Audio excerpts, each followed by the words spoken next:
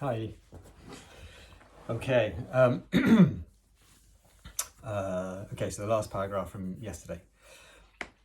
Harry was very relieved to find out that he wasn't miles behind everyone else. Lots of people had come from Muggle families, and like him, hadn't had any idea that they were witches and wizards. There was so much to learn that even people like Ron didn't have much of a head start. Friday was an important day for Harry and Ron. They finally managed to find their way down to the Great Hall for breakfast without getting lost once. "What have we got today?" Harry asked Ron as he poured sugar on his porridge. Double potions with the Slytherins," said Ron. "Snape's head of Slytherin House. They say he always favours them.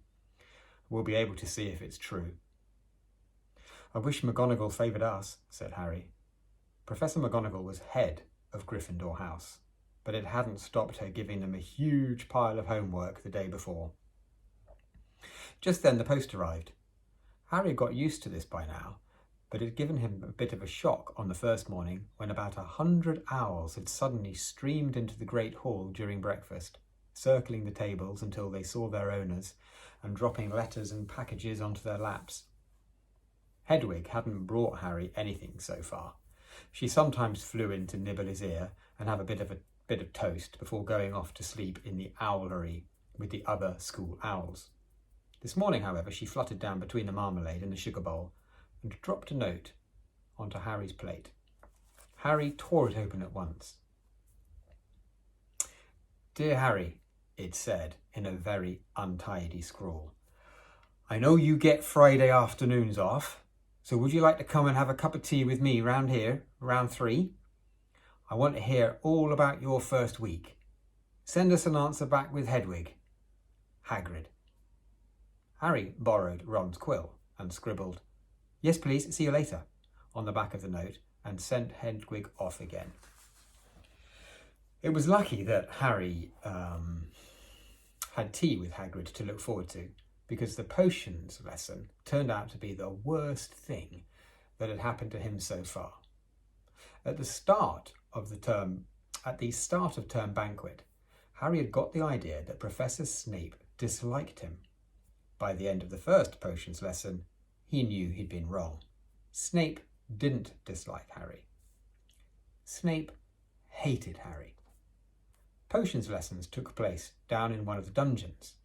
It was colder here than up in the main castle, and would have been quite creepy enough without the pickled animals floating in glass jars all around the walls. Snape, like Flitwick, started the class by taking the register, and like Flitwick, he paused at Harry's name. "Ah, yes," he said softly. "Harry Potter, our new celebrity." Draco Malfoy and his friends Crabbe and Goyle sniggered behind their hands. Snape finished calling the names and looked up at the class. His eyes were black like Hagrid's, but they had none of Hagrid's warmth. They were cold and empty and made you think of dark tunnels. "You are here to learn the subtle science and exact art of potion making," he began. He spoke in barely more than a whisper, but they caught every word. Like Professor McGonagall, Snape had the gift of keeping a class silent without effort. "As there is little foolish wand-waving here, many of you will hardly believe this is magic. I don't expect you will really understand the beauty of the softly simmering cauldron with its shimmering fumes, the delicate power of liquids that creep through human veins, bewitching the mind, ensnaring the senses. I can teach you how to bottle fame, brew glory, even stopper death, if you aren't as big a bunch of dunderheads as I usually have to teach." More silence followed this little speech. Harry and Ron exchanged looks with raised eyebrows. Hermione Granger was on the edge of her seat and looked desperate to start proving that she wasn't a dunderhead. "Potter," said Snape suddenly, What would I get if I added powdered root of asphodel to an infusion of wormwood? Powdered root of what? To an infusion of what? Harry glanced at Ron, who looked as stumped as he was. Hermione's hand had shot into the air. I don't know, sir, said Harry. Snape's lips curled into a sneer. Fame clearly isn't everything. He ignored Hermione's hand. Let's try again, Potter. Where would you look if I told you to find me a bezoar? Hermione stretched her hand as high into the air as it would go without her leaving her seat, but Harry didn't have the faintest idea what a bezoar was. He tried not to look at Malfoy, Crabbe and Goyle, who were shaking with laughter. I don't know, sir. I thought you wouldn't open a book before coming, eh, Potter? Harry forced himself to keep looking straight into those cold eyes. He had looked through his books at the Dursleys, but did Snape expect him to remember everything in 1,000 magical herbs and fungi? Snape was still ignoring Hermione's quivering hand. What is the difference, Potter, between monkshood and wolfsbane? Now at this, Hermione stood up, her hand stretching towards the dungeon ceiling.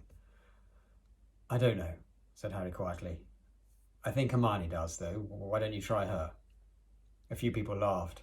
Harry caught Seamus's eye, and Seamus winked. Snape, however, was not pleased. Sit down, he snapped at Hermione. For your information, Potter, asphodel and wormwood make a sleeping potion so powerful it is known as the Draught of Living Death. A bezoar is a stone taken from the stomach of a goat, and it will save you from most poisons. As for monkshood and wolfsbane, they are the same plant, which also goes by the name of aconite. Well, why aren't you copying all this down? There was a sudden rummaging for quills and parchment. Over the noise, Snape said, and a point will be taken from Gryffindor House for your cheek, Potter. Things didn't improve for the Gryffindors as the potions lesson continued. Snape put them all into pairs and set them to mixing up a simple potion to cure boils. He swept around in his long black cloak, watching them weigh dried nettles and crush snake fangs, criticising almost everyone except Malfoy, whom he seemed to like. He was just telling everyone to look at the perfect way Malfoy had stewed his horned slugs when clouds of acid green smoke and a loud hissing filled the dungeon. Neville had somehow managed to melt Seamus's cauldron into a twisted blob, and their potion was seeping across the stone floor, burning holes in people's shoes. Within seconds, the whole class was standing on their stools, while Neville, who had been drenched in the potion when the cauldron collapsed, moaned in pain as angry red boils sprang up all over his arms and legs. Idiot boy, snarled Snape, clearing the spilled potion away with one wave of his wand. I suppose you added the porcupine quills before taking the cauldron off the fire. Neville whimpered as boils started to pop up all over his nose. Take him to the hospital wing, Snape spat at Seamus.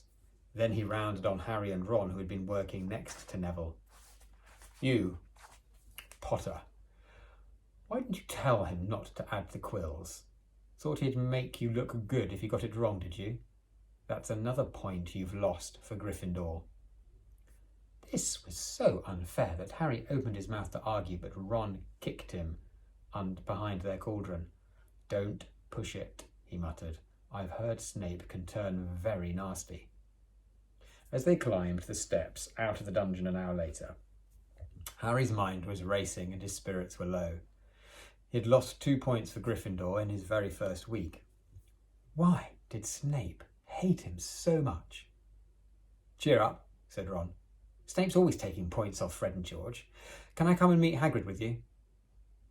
At 5-3, they left the castle and made their way across the grounds. Hagrid lived in a small wooden house on the edge of the Forbidden Forest. A crossbow and a pair of galoshes were outside the front door. Okay, end of part 1 for today.